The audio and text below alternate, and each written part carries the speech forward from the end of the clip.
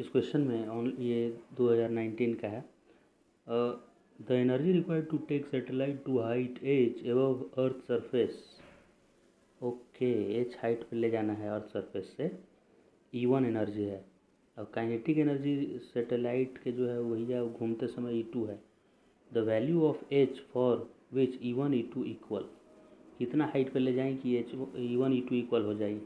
देखो तो E1 energy required हो एच हाइट पे ले जाए मैं, तो देखो सरफेसवा पे एनर्जी हो तो U मान लो, तो U सरफेस पे एनर्जी है। अब इतना एनर्जी काइनेटिक एनर्जी दिए हम सैटेलाइटवा के अर्थ के सरफेस से उड़ा के ले जाने में एच हाइट पे, तो यहाँ एच हाइट पे अगर एनर्जी UH हुआ पोटेंशियल एनर्जी, तो दोनों एनर्जियाँ इक्वल होना चाहिए। ये दोनों एनर्जियाँ के इक्वल करेंगे तो इससे E1 मिल जाएगा कि यहाँ का पोटेंशियल के अलावे कितना एनर्जी देना पड़ा, वही E1 सैटेलाइट को काइनेटिक एनर्जी कितना देना पड़ा। ओके, तो E1 यहाँ से क्या मिल जाएगा भैया, तो सरफेस पे Gmm/r और हाइट पे Gmm/r प्लस एच, तो एक से E1 मिल जाएगी। ठीक है भैया, तो सॉल्व किए तो इस तरह से E1 मिल गलो। E2 फिर सैटेलाइटवा जब इसे नाच रहा है तो एक पे लगने वाला centripetal force mv² plus H, gravitational attraction जो सैटेलाइट पे लग रहा है Gmm/r प्लस एच का स्क्वायर उसके इक्वल होगा। इसको सॉल्व करने पे mv² आता हो, अब हाफ से मल्टीप्लाई कर दो एनहू अब एनहू, तो काइनेटिक एनर्जी मिल जाता। यह सैटेलाइटवा के एनर्जी होले का, हाँ ये होले का है कि खाली काइनेटिक एनर्जी E2 है। Kinetic energy required for satellite to be in circular orbit, potential नहीं, खाली काइनेटिक होगी वाला एनर्जी है। और इसे E1 भी खाली काइनेटिक हो, खाली काइनेटिक के खेला है। तो हाफ से मल्टीप्लाई के लिए तो हाफ यहाँ आ जाए हैं, यहाँ 2 आ गई। तब दोनों एनर्जिया कहले बा कि इक्वल होके के चाहिए, तो दिस एनर्जी इक्वल टू ओने से आयल रही Gmm और r प्लस एच, पीछे पलट के देख लो और वहाँ एगो आउट टर्म आयल रहो शायद h/r ऐसे आयल रहो। ठीक बा, तो ये सब एक से कट जतो, h/r के वैल्यू हाफ हो जतो। यहाँ देखो ये सब बा h/r अलो है, तो h/r के वैल्यू हाफ हो गई ना, दोनों एनर्जिया के इक्वल के लिए तो। ठीक है भाई, आगे आई तो रेडियस ऑफ अर्थ होता है 6400, तो एच हो गलो 3600 किलोमीटर। 2019 के सवाल हो, the mass and diameter of a planet are 3 times the respective value of earth. Earth के जितना भी है भैया mass, the mass and diameter also 3 times है किसी प्लानेट का। The period of oscillation of simple pendulum on earth 2 second है, तो period of oscillation of same pendulum on that planet, तो जी यहाँ पे निकाल लो दूसरा प्लानेट के। तो ठीक है भैया, जी का सबको फार्मूला पता है दुनिया में, Gm/r² होता है। तो दूसरा प्लेनेटवा में जी तो वही रहेगा, तो m1/m2 और r ऊपर चल जाएगा तो r2/r1 का स्क्वायर होगा। तो G1/G2 जब किए तो इधर से सॉल्व किए, 3 गुना है m1/m2 3, तो इसको 3 लिख दिए। अब r1/r2 डायमीटर भैया दुगना है तो या तिगुना है तो रेडियसो तिगुना ही होगा, कोई फ़र्क नहीं है। कहे कि 2r होता है d=, तो किसी का d अगर 3 गुना है ना, तो r ही मत सोचिए कि कुछ और गुना हो जाएगा, वो उतने गुना रहेगा। तो r1/r2 उतना ही आएगा, क्योंकि जो कांस्टेंट टर्म है वो तो कट जाएगा ना। ओके सर, तो इसको सॉल्व किए तो भैया G1/G2 आ गलो 3/9, यानी कि मतलब भैया ये आ गया, कुल मिला के मान के चलिए कि G1/G2 1/3 आ गया। तो t 2π√L/u 2π कांस्टेंट है भैया, L वही रहेगा कांस्टेंट, तो √g के इन्वर्सली प्रोपोर्शनल हो गया।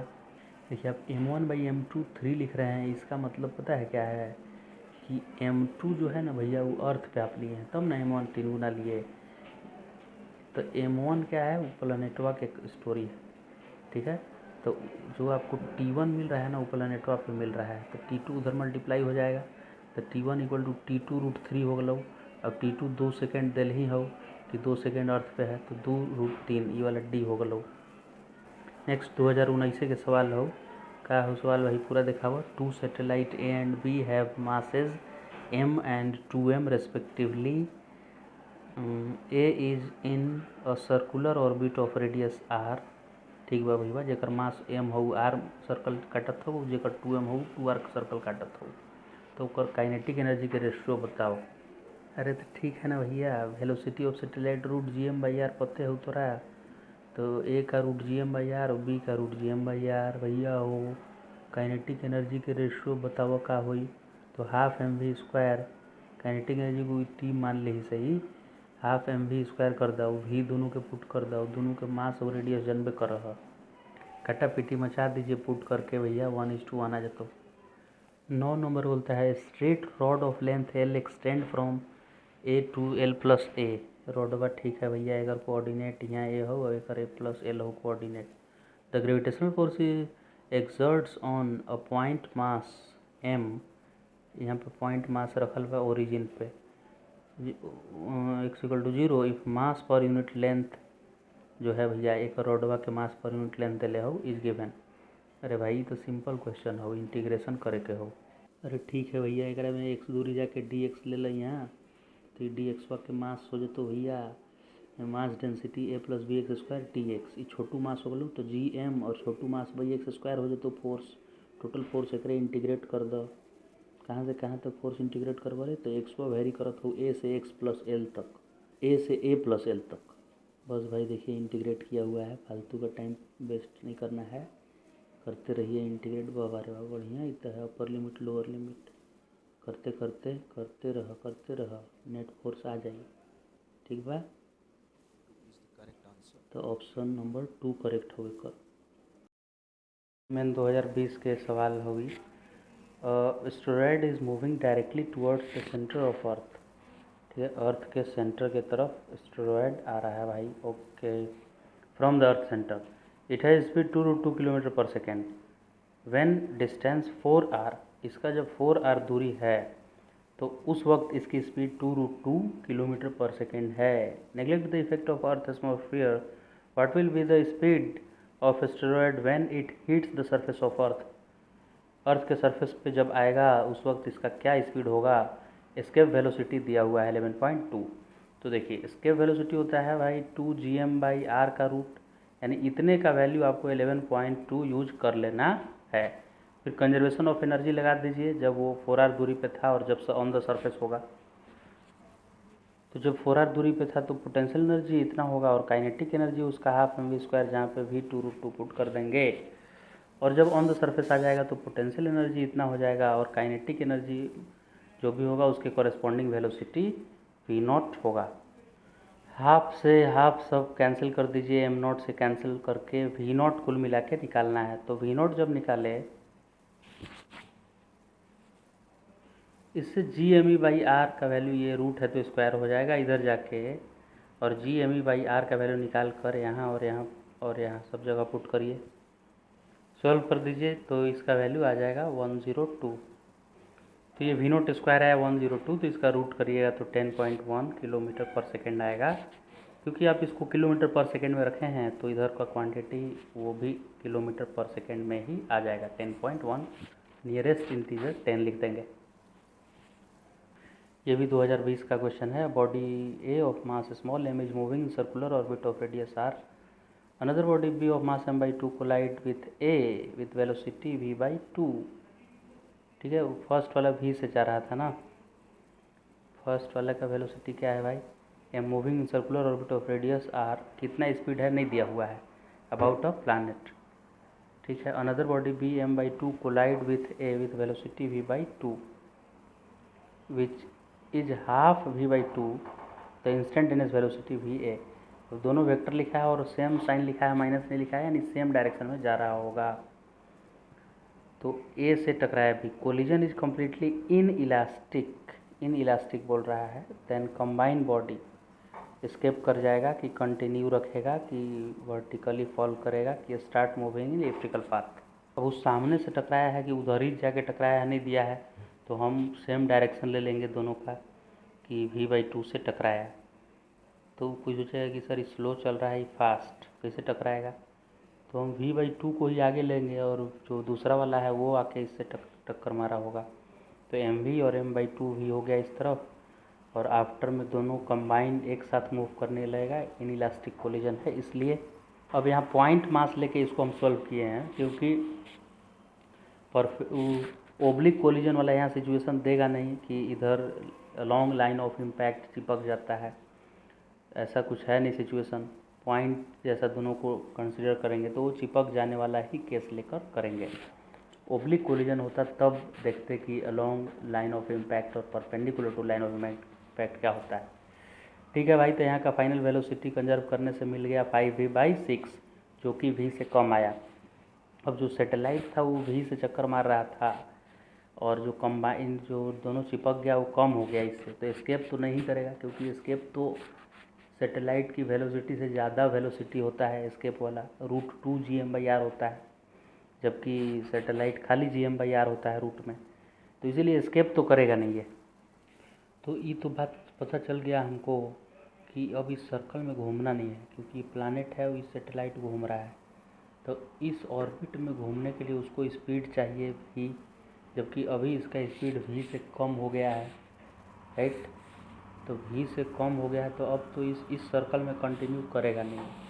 अब इस सर्कल से अब छोटा सा सर्कल में भी नहीं आने वाला है क्योंकि इसको इधर फोर्स कोई थोड़े लगा रहा है कि छोटा सा सर्कल कंप्लीट करेगा। ये छोटा सा सर्कल में आने के लिए कोई किसी को इधर इसको फोर्स लगाना पड़ेगा, जबकि कोलिजन होते समय टक्कर हुआ है टेंजेंट की तरफ, तो टेंजेंशियल स्पीड में सिर्फ चेंज आएगा, इधर स्पीड आएगा ही नहीं।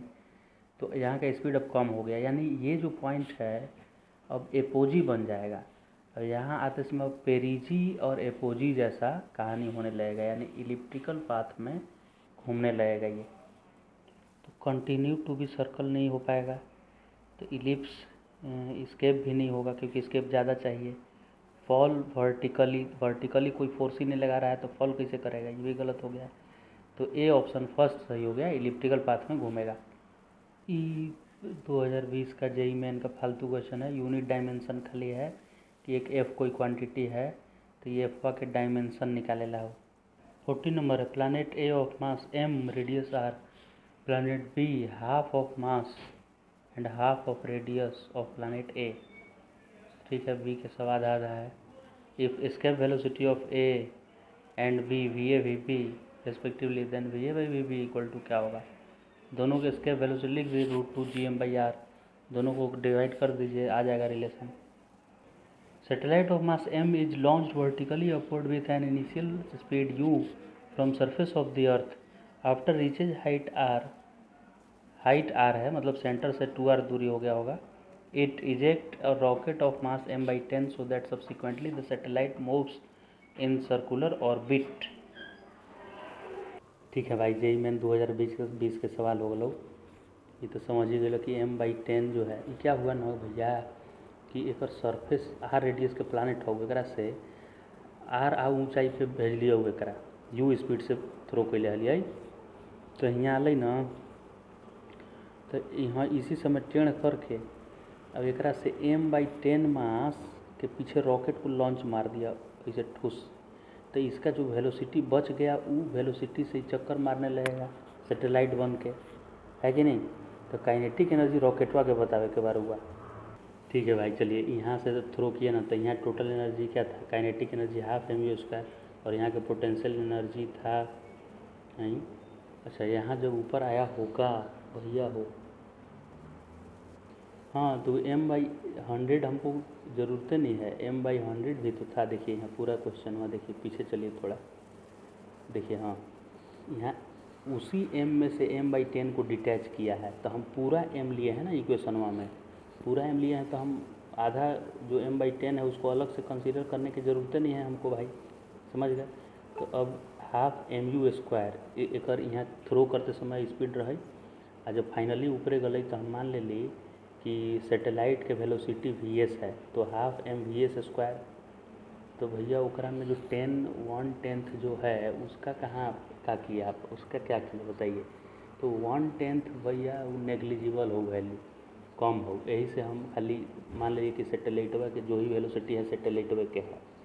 अच्छा, एनर्जी पोटेंशियल, ये तो चेंज इन काइनेटिक एनर्जी हुआ, चेंज इन पोटेंशियल एनर्जी कितना हुआ भाई, तो जब सरफेस पे था तो इतना था पोटेंशियल और 2r चला गया ऊपर तो इतना पोटेंशियल हो गया। ठीक, इसको सिंप्लीफाई किए तो सैटेलाइटवा के देखो वेलोसिटी इतना मिल गया। ना बाबा ना, नेग्लेक्ट नहीं कैले m/10 के, हम ई टोटल वेलोसिटी निकल रही है m/10 प्लस 9m/10 दोनों के मिला के माने इतना टोटल इन वेलोसिटी था। अभी रॉकेट इजेक्शन नहीं हुआ है, ठीक है, लिखा भी है देखिए, वेलोसिटी ऑफ सैटेलाइट है just before ejection of rocket, अभी रॉकेट ओकरा से नहीं निकला है। अच्छा ये दिया है कि just after ejection of rocket satellite circular orbit में सेट कर जाता है। अब चूँकि जो रॉकेट है, रॉकेट निकलने के बाद ये सैटेलाइट बन गया है, तो ये पक्का टेंजेंशियल डायरेक्शन में इसका वेलोसिटी हो गया होगा v0, जो 9m/10 मास है। और जो दूसरा है m/10 जो रॉकेट है, उसका पता नहीं कौन डायरेक्शन में है, लेकिन उसका रिजोल्यूशन करेंगे तो एक टेंजेंशियल डायरेक्शन में आएगा और एक रेडियल डायरेक्शन में आएगा। इस दूसरे डायरेक्शन में हम कर लिए भैया रिजोल्व इसको। फिर कंजर्वेशन ऑफ मोमेंटम लगा रहे हैं देखिए। तो चूँकि इंटरनल फोर्स से सब कार्यक्रम हुआ है, तो जस्ट बिफोर मोमेंटम क्या था, ms था रेडियल डायरेक्शन में, मैंने ऊपर की तरफ कुछ vs वेलोसिटी आया था। ये कौन vs वेलोसिटी है, तो जस्ट बिफोर, अभी रॉकेट लॉन्च नहीं किया है, एच हाइट पर जाके उसका कितना वेलोसिटी आया था, जो कि पिछले बार आप निकाले, ये वाला, हाँ रूट, ये वाला वेलोसिटी है √u² - gm, ये वाला आइटम, इतना ये वाला इतना आइटम है मास इंटू इतना रेडियल डायरेक्शन में। और बाद में रेडियल डायरेक्शन में m/10 इंटू VR हो गया है, क्योंकि इसका तो कुछ रेडियल है नहीं भाई, जो है इसी का है। तो इसको सॉल्व किए तो इससे VR मिल जाएगा, क्योंकि VS तो निकालिए चुके हैं ऑलरेडी आप, just before launching of rocket satellite की वेलोसिटी। आइए अब रेडियल डायरेक्शन में करें तो रॉकेटवा तो initial before ejection of rocket जो था, कंबाइंड रॉकेट प्लस सैटेलाइट, वो तो नॉर्मली ऐसे जा रहा था इस पाथ में, यहाँ अर्थ के सरफेस से ऐसे रेडियली गया था, इधर कुछ था नहीं कंपोनेंट, तो इसलिए 0 लिख दिया इनिशियली। और फाइनली ये जो रॉकेट है उसका वेलोसिटी माइनस लिखे हैं, क्योंकि उल्टा डायरेक्शन में जाएगा। और सैटेलाइटवा जो था 9m/10, वो सैटेलाइट का v0 लिए हैं वेलोसिटी, तो ये प्लस में और ये माइनस में, क्योंकि अपोजिट डायरेक्शन में जा रहा था, ठीक है। तो इससे भैया vt का वैल्यू आ गया 9 टाइम्स vo, और vo चूँकि सैटेलाइट बन चुका है जो ऑर्बिट में जाके, तो सैटेलाइट का वेलोसिटी होता है 9, तो यही है v0 होता है √gm/r। लेकिन ये r क्या है, सेंटर से 2r हाइट का है, क्योंकि r तो खुद इसका रेडियस है और खुद इतना r और गया है, तो सेंटर से 2r है, इसीलिए gm/2r लिखे हैं। तो काइनेटिक एनर्जी पूछा था रॉकेट का, तो रॉकेट में 2 वेलोसिटी हो गया, तो हाफ, और रॉकेट का मास m/10, और दोनों वेलोसिटी का रिजल्टेंट लिख देंगे, इसका स्क्वायर प्लस इसका स्क्वायर, सोल्व करते जाएंगे। इस तरह से आपका फर्स्ट ऑप्शन आ जाएगा करेक्ट।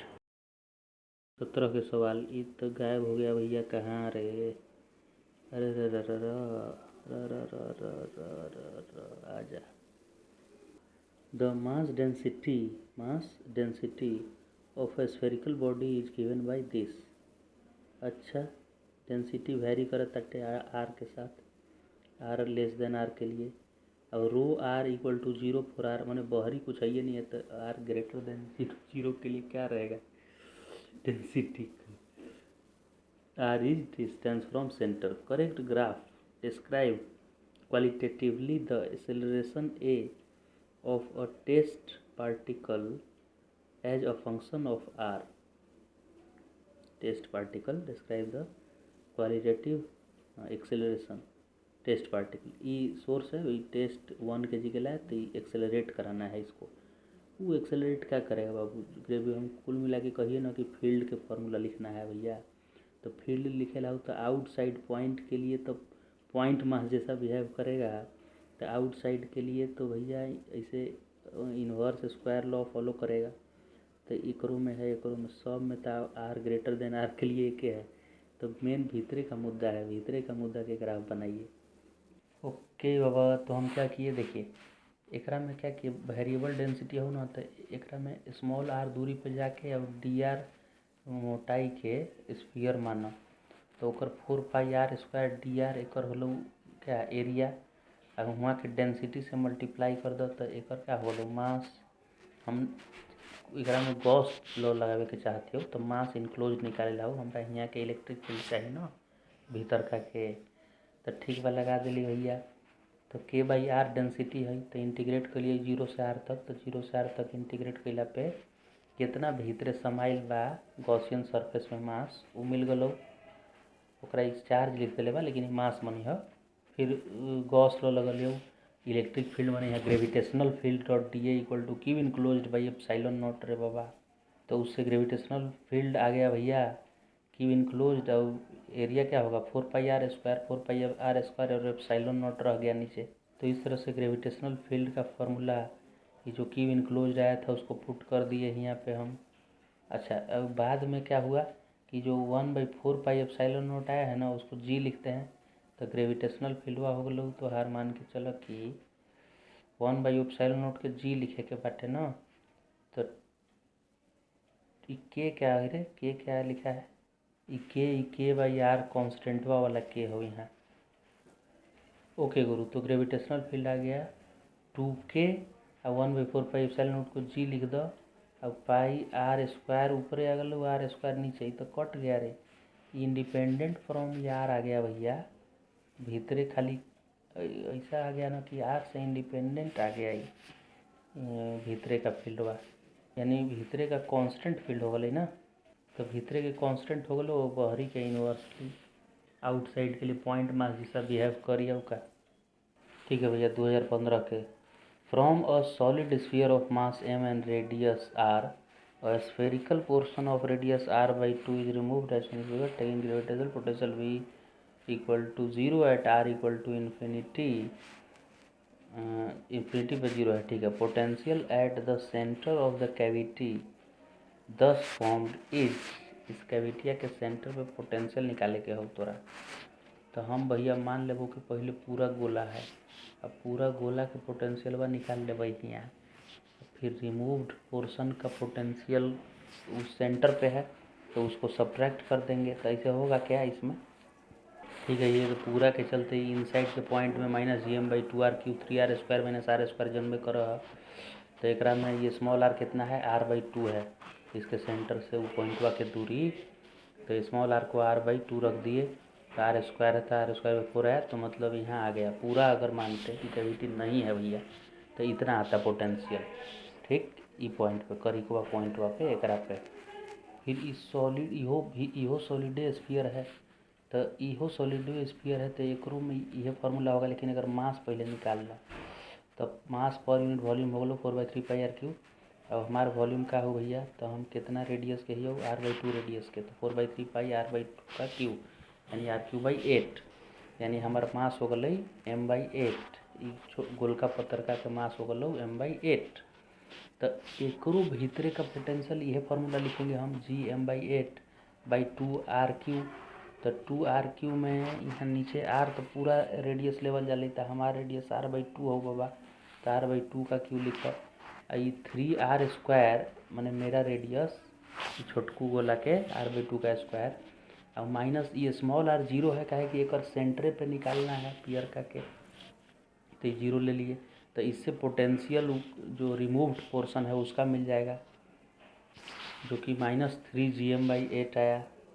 ये वाला भैया यहाँ 8 होता 2 नहीं होता, एक करवा इसे तो सोल्व करवा तो 4 × 2 8 आ जाए नीचे, तो ये 8 8 दोनों आ गलो, तो 11 में से 3 घटावेला भी दोनों को सब्ट्रैक्ट कर ला हो ना, तो पूरा गोला के हल ही इसकर ही रही, तो माइनस दिस प्लस हो जाता है ना। 11 में से 3 गया, 11 में से 1 गलो 10, 2 आओ चलो तो 8 8 हलो आओ का, अब नीचू 8 हो, तो 8 से 8 कट के 1 बच गलो, तो भैया 8 से 8 कट के 1 बचा -1, तो -gm/r, ये वाला तीसरा आता।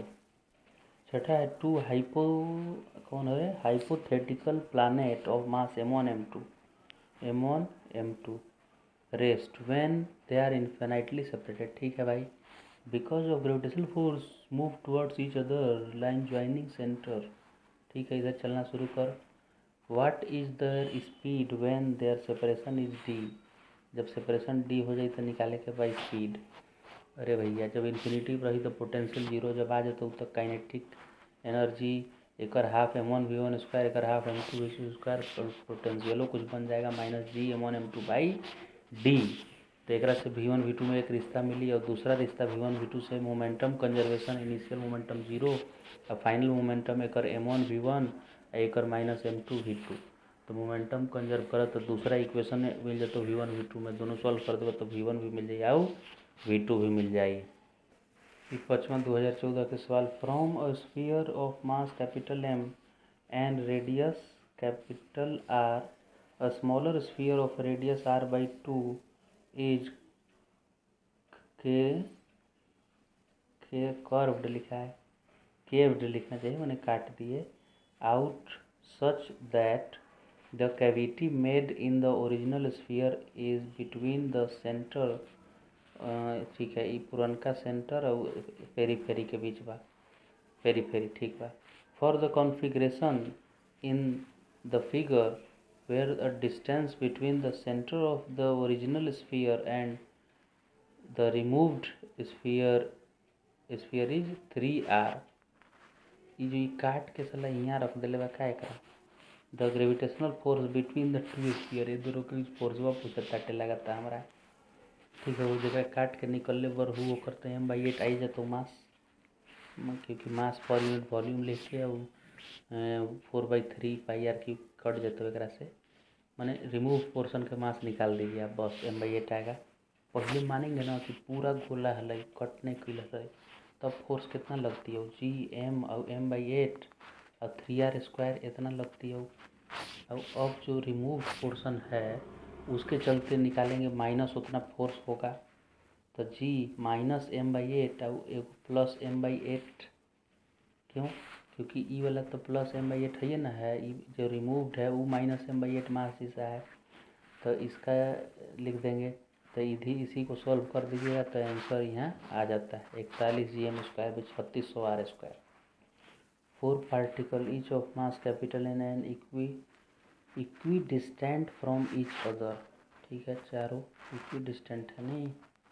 मूव एलोंग सर्कल, अच्छा बेटा, सर्कल पे एक यहाँ एक यहाँ एक यहाँ radius R under the action of mutual gravitational the speed of each particle पूछ लेगा, तो म्यूचुअल ग्रेविटेशन कोई एक के निकाल दो टोटल फोर्स, ऐसे ऐसे ऐसे ऐसे ऐसे ऐसे, तो ये वाला साइडवा कितना होते ही रहे, ठीक है। मैंने एक बार नेट फोर्स निकाल के और mv² याद करेला वो बस, ठीक है भैया। ये अभी बराबर फोर्स हो तो एफ cos 45 डिग्री 2 बार हो जाता हो, आई टेढ़का डायगोनलवा वाला एगो एकरा mv² लिख देवे के बाटे।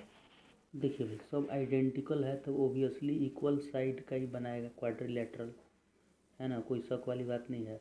इसको ही पक्का डायमीटर है, हमको पता है, कोना कोनी मिलाते हैं डायमीटर आता है ना, तो एक रेडियसवा मान लो कि आर हो तो 2r हो गई हैं, तो 2r हो गई भैया, तो पक्का रूट 2r हो, अच्छा 145 हो, ये 2r हो, तो क्या हो जाता है 2r cos 45 यानी 1/√2, √2 से ही कट गई, √2 से √2r आ गई, समझ गए, दूरी √2r हो, तो ये एफ कितना होता है वही वाला Gm² Gm1m2 मैंने बाई √2r का स्क्वायर, और कोना कोनी वाला फोर्स का होता है Gm² बाई 2r का स्क्वायर यानी 4r², क्योंकि डायगोनलवा 2r है ना, ठीक है गुरु, समझ गए हम बात। तो ये सब रख दीजिए यहाँ आके, समझ गए था का सॉल्व कर दे, आ जाता है इतना वेलोसिटी।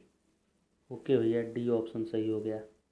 तीसरा सवाल, the gravitational field due to left over part, gravitational field due to left over part, तो रिमूव्ड पार्ट है तो लेफ्ट ओवर मैंने जो बच गई, of a uniform sphere from which part as shown in figure has been removed at a very far off point P located as shown would be nearly, यानी P point पे बतावे के बाद, तो भैया पूरा के फील्ड निकाल दो और एक फील्डवा सब्ट्रैक्ट कर दो तो मिल जाता वो का। तो हमारा अनुसार तो भाई पूरा के फील्ड जो हो ना, ये पूरा के मास m हो, मान लो mass of complete sphere m हो, तो एक ई m/8 आवा है ना, तो m हो तो m Gm कितना फील्ड होता है r² यानी x दूरी है तो x² इतना हो गई। एक में सब्ट्रैक्ट करके बाद जाना ला कितना, एक और सेंटरवा होता हो, एक और सेंटरवा यहाँ से x + r/2 का स्क्वायर यहाँ करना पड़ेगा, ठीक है, और G रिमूव्ड पोर्शन का मास, ठीक है भैया, m/8 समझ गए इतना रिमूव्ड पार्ट का मास। तो टोटल फील्ड देखो लिख दिलो पूरा मासवा के, और G ये m है तो एक m/8 देखिए यहाँ लिख दिए हैं, एक और दूरी x plus R by two का स्क्वायर। अब इतना माइनस कर दिए क्योंकि रिमूव किया हुआ है। फिर सॉल्व किए गुरुजी। अब फिर x बहुत ज़्यादा हो गई आर बाई टू से, तो आर बाई टू एक लिखे के कोई मतलब न हो, x से ले ला एक 8x स्क्वायर। तो सोल्व कर दिली 8x स्क्वायर लेके इतना आंसर आ गलो। A point particle is held on the axis of ring. Ring के एक्सिस पर, अच्छा ऐसे नहीं ऐसा वाला रिंग बनाइए। रिंग के एक्सिस पे यहाँ रखा है m मास, रिंगवा के रेडियस r है, डिस्टेंस वो r है ल from the centre c। when released it reaches c under gravitational attraction।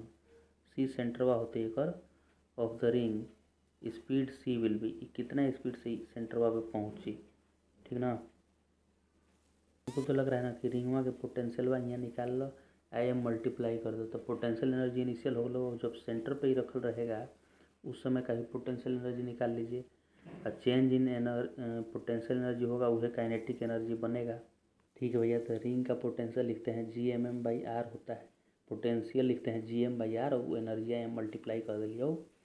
अब आर टेढ़ का है कि पूरा सब रिंगवा के इतने दूरी पर ही ना, सब रिंगवा के पॉइंटवा, तो लिख दिलिए वो काइनेटिक शुरू में जीरो हल। अब जब एकदम सेंटर पे आ गलो ना तो उस समय पोटेंशियल हो तो Gmm सेंटर पे ही √a² माने ए ना लिखिएगा, काहे √a² लिखे, ठीक है। ये लिख देंगे Gm/a हो जाता है पोटेंशियल सेंटर पे। अच्छा भाई, सेंटर पे पोटेंशियल ए होता है क्योंकि पॉइंट का होता है भैया KQ/r, तो सेंटरवा तो सब दूरी कॉन्स्टेंटे बा, तो खाली क्यू लिखे के बा, तो ये a² करब तो ए ना आई रहा, और वेलोसिटी हाफ mv² आ गई। बस एकरे आगे सोल्व करते जा, करते गेली देखो भी आ गलो आंसर इतना। AIEEE 2011 है ना भैया। Two bodies of mass m4m है, आर प्लेस्ड r दूरी पे है m और 4m। The gravitational potential at point on the line joining them where gravitational field is zero. Simple सवाल है, पहले हूँ किया हुआ है। ग्रेविटेशनल फील्ड जीरो कहाँ होगा वो पॉइंट निकाल लीजिए और बाद में वहाँ का पोटेंशियल निकाल लीजिए।